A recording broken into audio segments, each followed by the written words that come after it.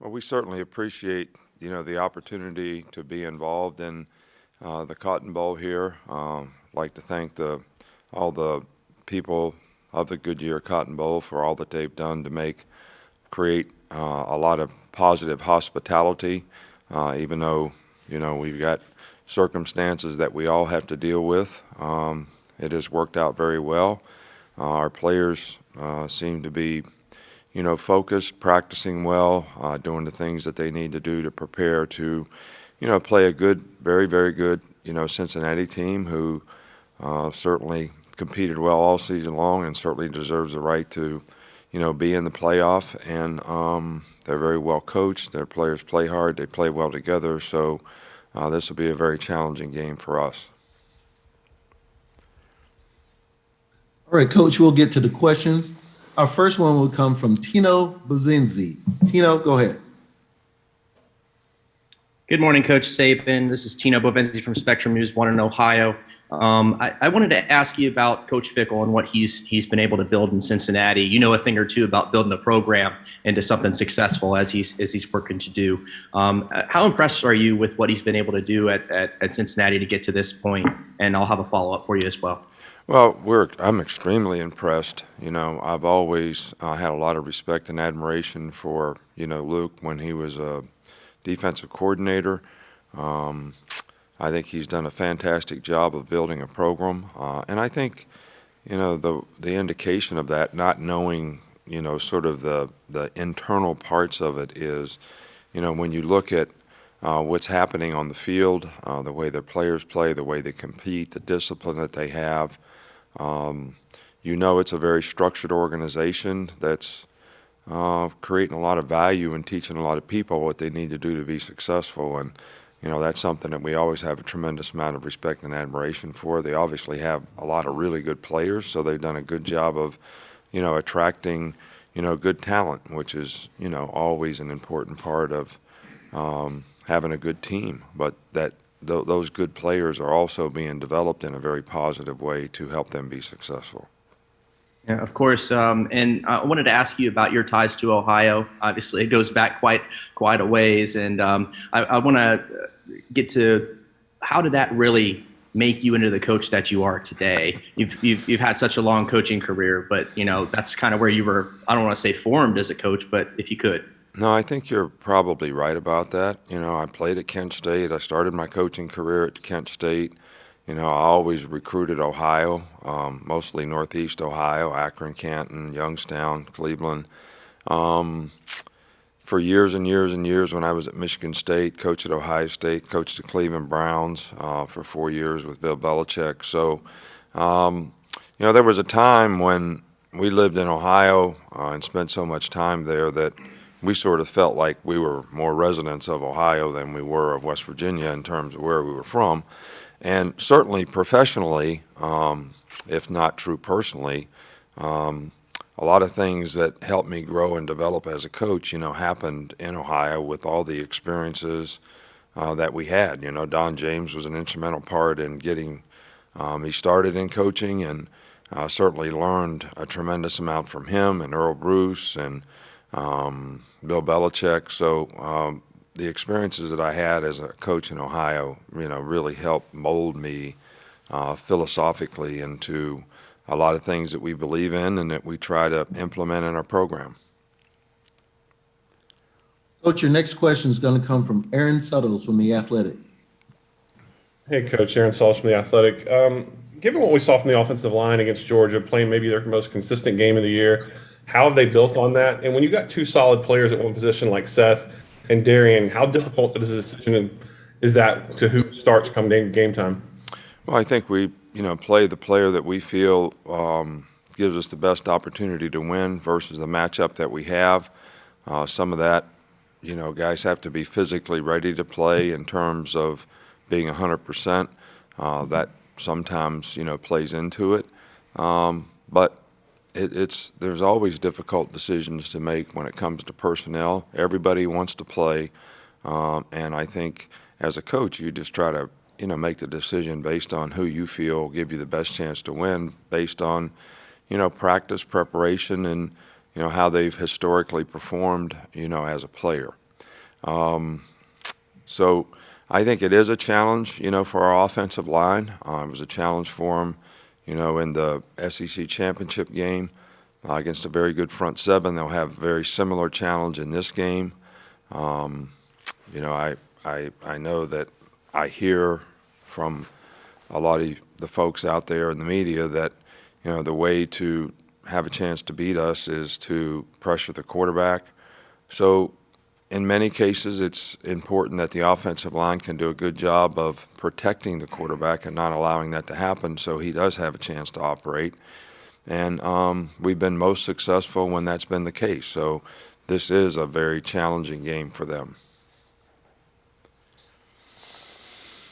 Coach, your next question is going to come from Taylor Kaufman. Good morning, Coach. Taylor Kaufman for CBS 42 out of Birmingham. Over the days since you guys have been here, have you noticed a growing sense of eagerness from your team to play this game? I'm sure they're just chomping at the bit to get out there, especially since they decided collectively to stay pretty isolated this week. Right. Well, I think, when you have this much time between games, when you start practicing way before Christmas, you're practicing, it seems like the game's a long way off. And then when you really finally arrive at the site, you say, wow, this is for real. It's coming up quickly. We have a regular week to go through. And the goal from a coach's standpoint, from our standpoint, is, to get the players, gaining a sense of urgency, a sense of focus, the closer they get to the game, and not having practiced so much they start getting bored with what they're doing, and I haven't seen that from our team. Coach, your next question is going to come from Jeff Spiegel from WBMA TV. Nick, to follow up on what Taylor just asked, how important is it to, stay on task and have a routine when you approach a big game at a big venue like this? Yeah, well, I think that's the most important thing, keep the main thing, which is the game and how you play in the game. And you determine that by the choices you make, what you choose to ignore, whether it's something you hear in the media, whether it's how you played in the last game, past performance. None of that really matters in this game. It's how you look forward and focus on, what you need to do to be able to execute, do your job, be accountable to your teammates in this particular game. I think having the right mindset and the right focus is very important to being able to play well. Coach, your next question is going to come from Mike Rodak from AL.com. How have players like JoJo Earl and Jalen Armour-Davis gotten through the week health-wise, and have there been any new issues in terms of availability among players that have cropped up? I don't think there are any issues among players available. Jalen Armour-Davis has practiced some. We'll make a game time decision on whether he's able to play, and he'll certainly. He's a mature player, and he knows whether he can go out there and do his job, and JoJo Earl has practiced as well. So, we'll make game time decisions on how much those guys are able to participate. Coach, your next question is going to come from Nick Kelly from the Tuscaloosa News. Hey, Nick, over the course of the season, obviously, B-Rob got a chance to kind of take the lead back role when he started the year, but how have you seen him grow or really just become a leader for this team? B-Rob's had an outstanding year. I think that early on, having some success as a runner, having some success as a receiver, becoming a complete player at his position, very good third down back as well, really helped develop his confidence. And as he developed confidence, I think he played with more consistency, and I think he's had an outstanding year. So, we always ask these questions about how guys developed. I mean, the guy was a good player to start with. He got better, and that's the goal for every player. But he's had an outstanding year and been a great teammate and a leader for his group. Coach, your next question is going to come from Carrie Osep from WVTM TV. Good morning, Coach. Thanks for taking the time. Carrie Osep out of Birmingham. So you've been in these big games many times, and I can imagine that's one of the benefits as a coach. But are there always but again, there's always new guys experiencing this for the first time. So I'm curious to ask you, what have you learned from this team ahead of this particular playoff that's been different than any other? I don't know that there's anything different. We try to establish a routine with our players in terms of how we prepare them. And it's up to each individual player as to how focused, how important, what kind of choices and decisions that they want to make relative to how they're going to go out and compete and play in the game. In preparation, how they practice, how they prepare for the game, their focus, all those things, contribute to that. And most of the time when, players have something to prove or something's important to them, that sort of brings out the best in them. But, when you play competitive sports, you not only have to prepare for what you're supposed to do, you have to prepare for how are you going to react when the other guy does something different. Very similar to a boxer. He's prepared to fight, he trained well for the fight, but he also has to respond to taking a punch. He also has to respond to having a bad round. So you also have to have, the mindset that you're going to, stay focused on what happens next, the next play, and your ability to overcome adversity when you play against good teams, because you're not going to win every single down, is very, very important in terms of, your mindset and your ability to stay focused and play with consistency. So you never really know. I can sit here and tell you that I can tell or can't tell. There's been games when I was concerned that we had the right mindset and went out and played well, and there's been games when I thought we were really ready to play and we didn't play very well. So you really never know until you get out there on the field and kind of start the game and see the look in their eye and how focused and how important it is for everybody to maintain intensity. Coach, your next question is going to come from Justin Williams from The Athletic.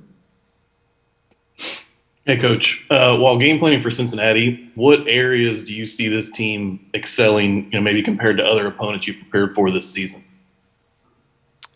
I don't really compare any team to any other team, so that's not a fair question from that standpoint. But if you're asking me what I think of Cincinnati's team, I think they have an outstanding team.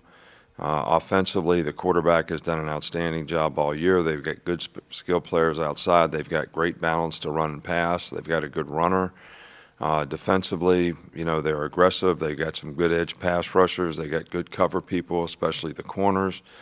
They played really well defensively and like fourth in the country in points allowed. So, and it carries all over into special teams. They're sound, solid, well coached. I mean, this is a very good team.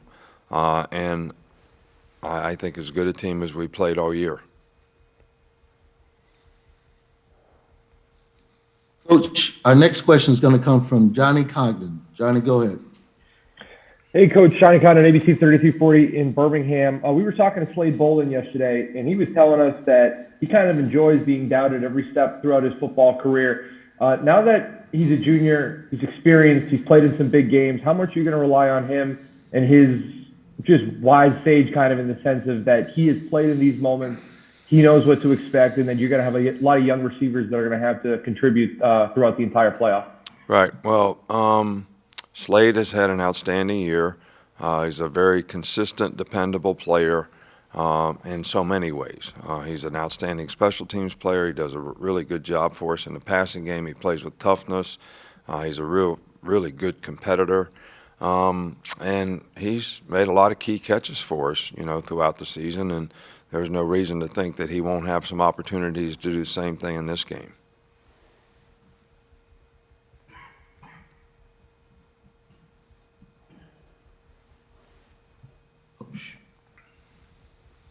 All right, Coach, your next question is going to come from, give me 1 second here, please. Is a follow-up from Tino Bovinzi. Hey there again, Coach. I wanted to ask you about Jamison Williams. Obviously, he played at Ohio State, and his transfer story is quite miraculous. How has that his story in itself, along with the transfer portal in general, really kind of changed modern college football into what it is today? And how's that helped you guys really build this Alabama program as well? Well, I'm not going to get into the transfer portal and the things that it creates. I think there's some things that resiliency is really important to players having an opportunity to be successful. And I think when players stay in a program for 3 or 4 years and the opportunity that they wanted to create for themselves is not exactly what it turned out that they wanted it to be, the opportunity to go someplace else can be very beneficial. And I think JMO did that. And what was unique about it is we played against them in the championship game and thought he was a really, really good player when we played against him a year ago. And then to see, him wanting to play maybe someplace else where he could be, I guess, in his terms, more featured player was certainly a very good addition, to our team. And we had, only 2 additions to our team. Both of them have been very positive additions and very helpful in creating some of the success that we've had this season. Coach, your next question is going to come from Ivan Mazel. Hey, Nick, your comments a couple of minutes ago about never really knowing what you're going to see from your team until what you see the look in their eye. Was this team unusual in terms of not finding its level of consistency until the SEC championship game? I mean, was it unusual in terms of finding the right buttons to push with these guys? Well, I think, it's always challenging when you come off of winning a championship for, players to have the same hunger to have a sense of urgency to prove something. I think this is sort of, a part of the human condition, that when you have success, you want to be rewarded, you want to relax, you can be a little complacent. So I don't think it was unusual from that standpoint. I think we sort of anticipate that, when we have a successful season and we're coming off a successful season. So, but because we were young, I think it took this team a little longer to maybe respond on a consistent basis like we wanted them to, because that sense of purpose is what keeps people focused on the task at hand. And when you start thinking about a lot of external factors and letting other things, sort of creep into it, you've heard me say before, it's what you choose to ignore sometimes that's just important to being successful is, what you choose to buy into and commit to. So, and I think it just took a while for us to get everybody on the right track. Was this a test of your patience? I don't have any patience, so anything that happens is a test of my patience, including sitting in this chair right now. Well, Coach, we just got a couple more questions and we'll let you get out of that chair. The next question comes from Carl Prater from WAFF. Hey, Nick, I wanted to ask about Bryce Young. And I know, from a media standpoint, the personal accolades that he's received throughout the year. But what have you seen from him in his progression as a player within your organization and program from when obviously you've recruited him and being in the program and waiting his, proverbial turn and now this year being a leader and kind of just continuing to develop as a player throughout the year? Yeah, well, I think, he's got tremendous command of the offense, really understands the offense, can really help implement, things, whether it's protections, running plays, reading the defense, making fast, instinctive decisions as to where he throws the ball, and he throws it very accurately. And he has made steady progress in that throughout the year, but I think when, you play in games like this, you just want him to play his game. You don't want to compete against yourself. You don't have to feel like you got recognized with accolades that you have something to prove. You don't. You just have to play your game. That's what got you here. That's what got you the recognition. And, Bryce is really solid from, a competitive psychological standpoint in terms of his demeanor. And I think that really helps our team from a poise standpoint, especially offensively. Coach, your final question is going to come from AP Stedham. AP, go ahead. AP Stedham, WHEP, AM and FM, Foley, Alabama. Coach, are there any updates on your special teams? And have you observed any uniqueness about the Cincinnati special teams? Cincinnati's got really good special teams. They pressure a lot of punts. They block more kicks than I think anybody in college football between punts and field goals. They do pressure a lot, so they do challenge you from that standpoint. They've got really good return players to be able to return the ball, kickoff return, punt return. They've got good specialists. Punter is very good.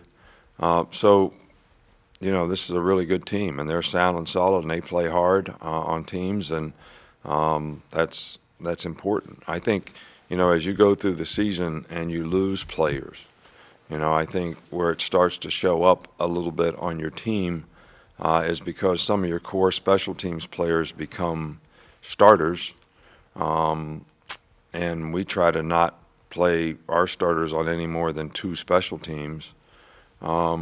It gets a little more challenging from a depth standpoint to be able to continue to create. It creates opportunities for other players, but they have to be able to go in there and execute with less experience than maybe some of the guys you had before. Well, Coach, thanks for joining us today, and good luck to your team. All right, thank you all. Appreciate what you do for college athletics and creating all the interest that you do. I think it's wonderful that we have a great sport and that you all promote it the way you do. So it's great for the players. Thanks so much.